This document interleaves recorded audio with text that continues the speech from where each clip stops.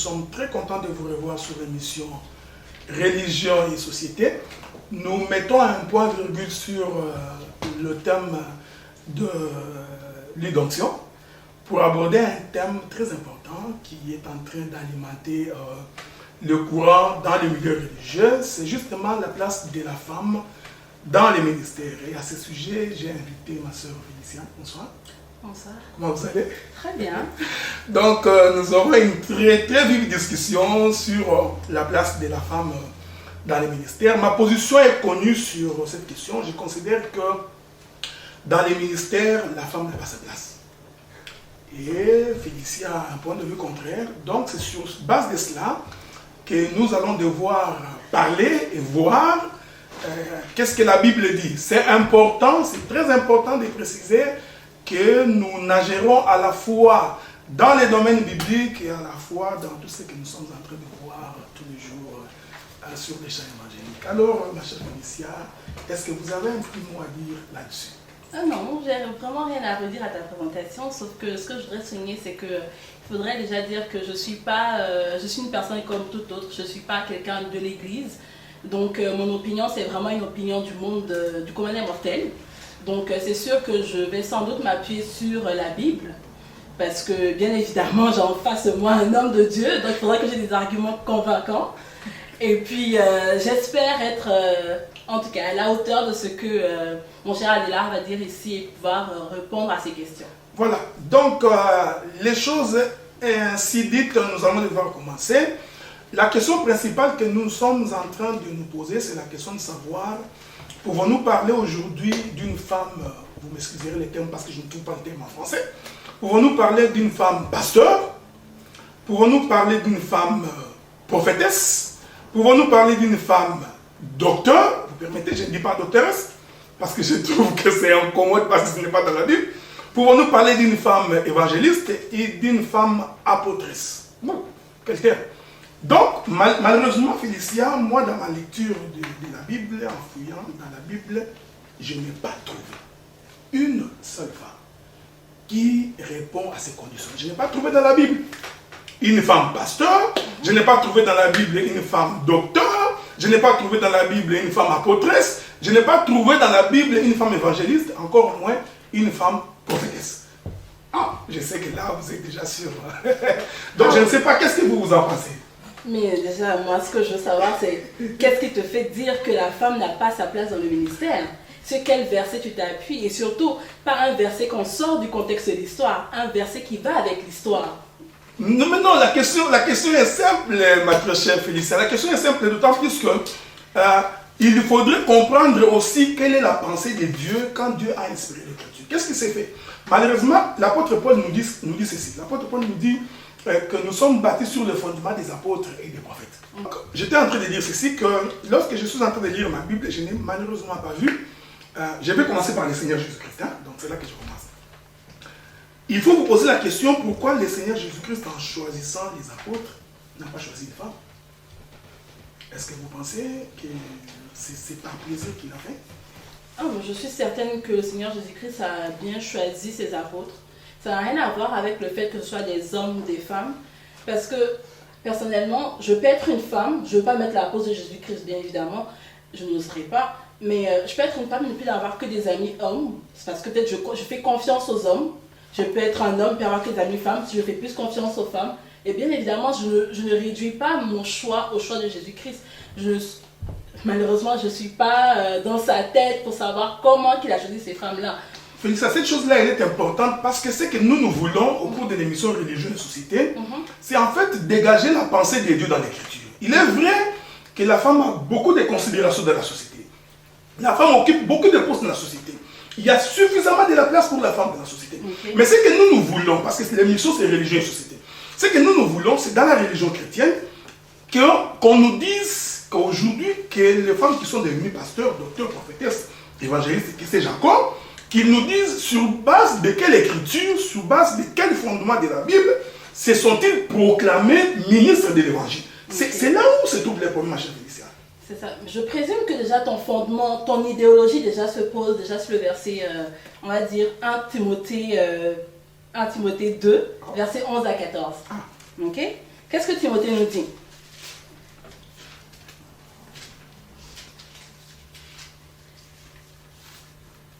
Je peux vous lire le verset si vous voulez. Hein? Bien évidemment. Donc, je crois que c'est le livre de 1 Timothée dans son chapitre 2. Le verset 11 à 14. Donc, souffrez avec moi que je trouve cette écriture-là. Donc, vous permettez. Hein? Donc, je pourrais d'ailleurs vous les citer sans pouvoir les lire. Et bien, problème, allons-y. J'ai eu l'occasion de les lire. Donc, le livre de Timothée dit que je ne voudrais pas. Donc, 1 Timothée chapitre 2. Chapitre 2. Voilà, je vais commencer là à partir...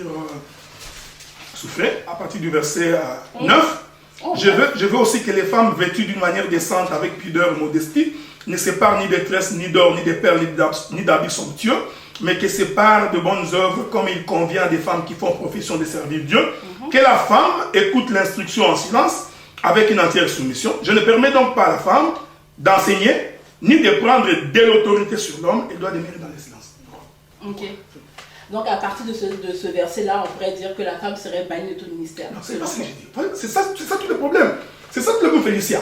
Le problème ici, il faudrait comprendre qu'est-ce que la Bible appelle l'instruction. Okay. Et pour comprendre ce que c'est l'instruction, il faudrait rentrer dans ce que moi j'appelle l'Ancien Testament, dans un autre langage, dans l'ombre. Vous allez remarquer que quand le Seigneur donnait les instructions à son peuple, le Seigneur s'identifiait, le Seigneur, je dis bien Dieu, il s'identifiait comme un homme. Je mets ça entre guillemets, il faut faire très attention. Homme grand H ou petit H? Non, je dis comme homme, pas comme femme. Parce que c'est là que nous parlons. Donc Dieu lui-même, il s'identifiait comme un homme. Parce que vous trouverez des versets où il dit, je suis votre époux. L'église est la femme de Dieu, voyez-vous. Donc Dieu, dans son identification, il s'identifie lui-même comme étant un homme. Or, vous allez comprendre, parce que quand vous lisez les Écritures, vous vous rendrez très vite compte que l'homme, il est porteur de la sémence. C'est là où les gens n'ont pas compris. Donc, l'homme étant porteur de la sémence, c'est lui qui donne l'instruction. C'est pourquoi Dieu voulant respecter cette procédure biblique. Dieu, il a fait que quand il choisissait les apôtres, il a évité, ce n'est pas qu'il ne voulait pas que la femme, parce qu'il y avait beaucoup de femmes autour de Jésus. Il n'a pas voulu que les femmes soient dans l'œuvre ministère pour se conformer à la pensée de l'Écriture. Je vais vous donner 2 minutes parce qu'on va aller à la pause, si vous avez quelque chose à ajouter. Bien.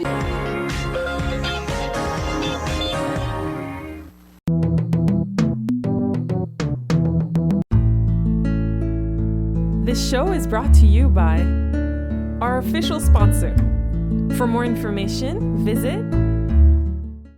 You are watching MalaikaTV.com, the first Afro-Caribbean web television in Canada. New shows, new content, and a new image. Watch Malaika TV and enjoy your time. Salut, saviez-vous pourquoi Malaika TV est la meilleure web télé de la communauté? Parce que sur Malaika TV, vous trouverez des émissions constructives dédiées à la communauté afro-caribéenne du Canada. Malaika TV promeut une image positive de la communauté afro-caribéenne et fournit une plateforme de débat et d'échange d'idées afin de favoriser le partage de connaissances et d'expériences. Enfin, Malaika TV projette des exemples de réussite pour promouvoir le développement de la communauté afro-caribéenne du Canada. Ensemble, soutenons Malaika TV pour rendre notre communauté meilleure. Bienvenue sur Malaika TV, je suis le frère Adela. Je vous présenterai l'émission Religion et Société, émission au cours de laquelle nous aborderons les enjeux de la société vus sous l'angle religieux. Restez donc connectés sur Malaika TV et vous passerez des très bons moments.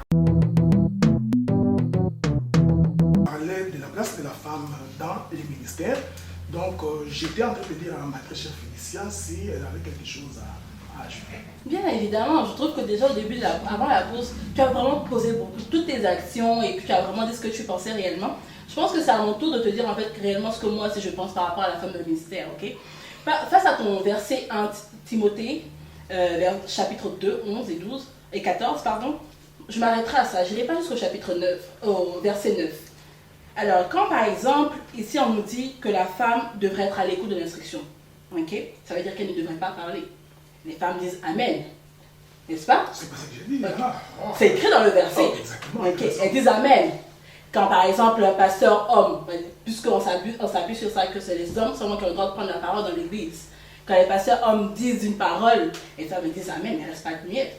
Ça veut dire que sans doute que dans ce verset-là, il y avait quelque chose d'autre à chercher derrière. il ne faudrait pas seulement prendre les paroles pour les prendre, il ne faudrait pas seulement les lire et puis ne rien en retirer derrière. Quand par exemple aussi, il te dit « Je ne permets pas à la femme d'enseigner ni de prendre de l'autorité sur l'homme, mais elle doit demeurer dans le silence. » Je ne permets pas. Est-ce Dieu qui parle? Vous savez, ma chère Félicia, est-ce que ce n'est pas un jugement de valeur? À ce que je sache, ce livre de Timothée n'a pas été écrit par Jésus de lui-même. Okay. Je ne permets pas. Est-ce que ça ne provient pas de l'opinion de quelqu'un d'autre? Est-ce que, par exemple, comme je te dis, je ne suis pas une femme de Dieu, donc je ne sais pas réellement qui a écrit ce livre de Timothée, mais laisse-moi te dire que je pense que... Vous n'êtes pas pasteur. C'est ça. En effet, je ne suis pas pasteur parce que ce n'est pas ma vocation, mais ma conviction. Voilà. Je comprends. Et par rapport à ça aussi, moi je dirigerais par exemple dans 1 Corinthiens 11, verset 5. On va regarder ça ensemble. Je me suis préparée, hein. Okay, j'ai tous tes post-it déjà. Okay. Qu'est-ce que nous dit Corinthiens? Toute femme au contraire qui prie ou qui prophétise la tête non voilée déshonore son chef. C'est comme si elle était rasée. Ah, les femmes n'ont pas le droit d'être prophétesses, mais dans la Bible, on dit qu'une femme qui prie ou qui prophétise. Qu'est-ce que quelqu'un qui prophétise? N'est-ce pas un prophète? Je voudrais là tout de suite vous interrompre. Donc, on va y aller, hein, parce qu'on voudrait très vite pouvoir avancer parce qu'on a beaucoup de choses à dire là-dessus. Ici, nous sommes en train de préciser, parce que quand vous lisez d'abord le 1er Timothée chapitre 2, verset 9, quand vous descendez, vous allez comprendre qu'à un moment donné, parce que c'est bien aimé Paul qui parle, c'est l'apôtre Paul qui est l'apôtre des païens. Paul qui dit, il explique pourquoi est-ce qu'on demande à la femme de suivre l'instruction en silence. Malheureusement, Paul, pour expliquer ces choses, il fait un petit saut dans les jardins. Il dit, car ce n'est pas l'homme qui a été séduit, c'est la femme qui, séduite, s'est rendue coupable de transgressions. Je vais faire un saut avec Paul pour remarquer ces choses. Vous allez remarquer que quand nous rentrons dans les jardins, les lecteurs de la Bible vont constater que lorsque Dieu a créé, il a d'abord créé homme. Oui, c'est Dieu qui a donné à l'homme, tu ne mangeras pas. À ce moment-là, la femme n'était pas encore créée. Hein, les lecteurs de la Bible, ça je vous informe en passant. Quand Dieu avait dit, tu mangeras de tous les fruits de l'arbre du jardin, sauf l'arbre du milieu, la femme n'était pas encore créée en ce moment-là. Dieu avait donné cette parole à l'homme. C'est l'homme qui a informé la femme. Dieu m'a dit, parce que Dieu fait chaque chose avec un but. Il ne l'a pas fait par hasard. C'est l'homme qui a dit à sa femme, après l'avoir créée, parce que la Bible dit, Dieu amena la femme vers l'homme. C'est alors que l'homme dira à l'homme, écoute, pour ce qui est de l'arbre qui est au milieu du jardin, Dieu m'a dit. C'est pour cette raison, Dieu voulant respecter la pensée de l'Écriture. Même dans le choix du ministère, il n'a pas pris la femme. J'ai fait un petit saut pour rentrer sur Corinthiens. Ici, je voudrais, ma très chère Félicia, c'est comme ça que je t'appelle, c'est ça que je t'aime bien. Donc, c'est toujours pour faire la différence entre ce qu'on appelle les ministères prophétiques et les dons de prophétie. C'est deux choses différentes. Les dons de prophétie, c'est donné aux hommes et aux femmes. Une femme peut prophétiser, il n'y a pas de problème. Mais les ministères prophétiques, c'est autre chose.